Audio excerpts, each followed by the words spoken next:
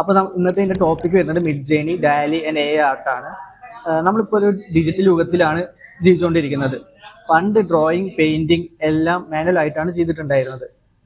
പക്ഷേ artificial intelligence develop ചെയ്തതുകൊണ്ട് നമ്മൾ ഒരു ടെക്സ്റ്റ് പ്രോംപ്റ്റ് കൊടുത്താൽ മാത്രം മതി. എ മിഷൻസ് അത് അനലൈസ് ചെയ്തിട്ട് ബ്യൂട്ടിഫുൾ ആർട്ട് വർക്കായി ജനറേറ്റ് ചെയ്ത് തരും. അതിൻ്റെ മെയിൻ യൂസ് എന്താണെന്ന് വെച്ച് കഴിഞ്ഞാൽ ക്രിയേറ്റിവിറ്റി സ്പീഡും ഇമാജിനേഷൻ പവറും വളർത്തുന്ന ഒരു ടൂളാണ് ഇത്.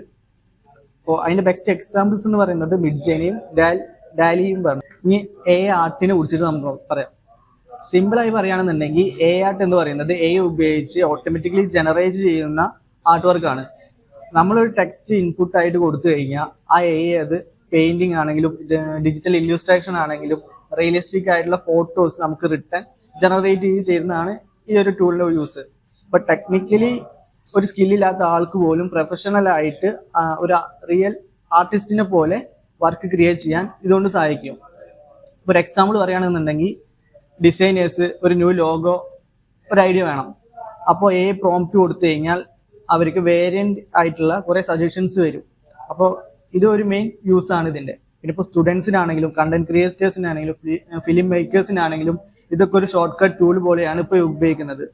ഇപ്പോൾ ഹ്യൂമൻ ഇമാജിനേഷനിൽ എന്താണെന്ന് വെച്ച് കഴിഞ്ഞാൽ റീപ്ലേസ് ചെയ്യാനല്ല, ഇപ്പോൾ പകരം ഒരു പാർട്ട്ണറെ പോലെ നമ്മൾ ഐഡിയ റിയാലിറ്റിയിലേക്ക് കൊണ്ടുവരാനാണ് ഇത് ഹെൽപ്പ് ചെയ്യുന്നത്. നമുക്ക് മിഡ്ജേണിനെ കുറിച്ച് നോക്കുകയാണെന്നുണ്ടെങ്കിൽ മിഡ്ജേണി എന്ന് പറയുന്നത് ഒരു ആർട്ട് ജനറേറ്റർ ടൂളാണ്. മെയിൻലി ഡിസ്കോഡ് പ്ലാറ്റ്ഫോമിൽ ഓപ്പറേറ്റ് ചെയ്യുന്നതാണ് ഇത്. ഇപ്പോൾ യൂസർ ഒരു പ്രോംപ്റ്റ് ടൈപ്പ് ചെയ്യുമ്പോൾ മിഡ്ജേണി എന്താ ചെയ്യുന്നത് വെച്ച് കഴിഞ്ഞാൽ അത് അനലൈസ് ചെയ്തിട്ട് ഹൈ ക്വാളിറ്റി ഇമേജ് റിട്ടേൺ ചെയ്ത് ജനറേറ്റ് ചെയ്ത് തരും.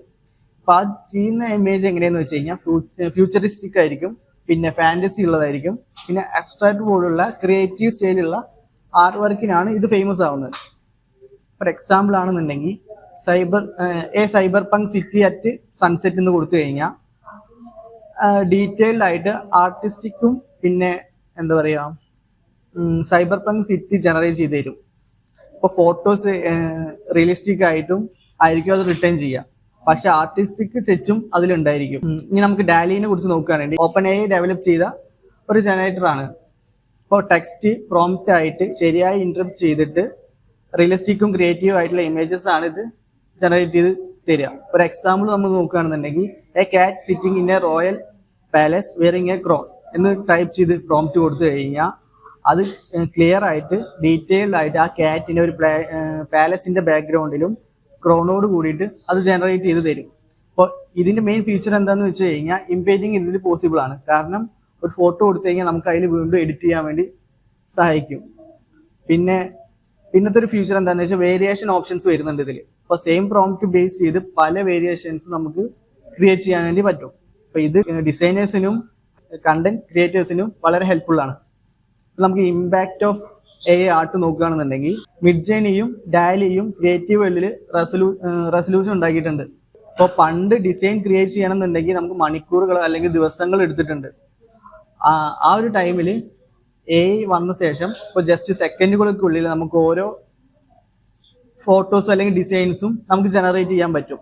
ഇപ്പോൾ ഗ്രാഫിക് ഡിസൈനേഴ്സിന് ക്വിക്ക് ഐഡിയ ജനറേറ്റ് ചെയ്യാനും ഫിലിം മേക്കേഴ്സിന് പ്രീവിഷ്വലൈസ് ചെയ്യാനും പിന്നെ അതേപോലെ അഡ്വർടൈസ് ചെയ്യുന്ന ആൾക്കാർക്ക് യൂണിക് പോസ്റ്റേഴ്സ് ക്രിയേറ്റ് ചെയ്യാനും ഇത് ഉപയോഗിക്കുന്നുണ്ട്.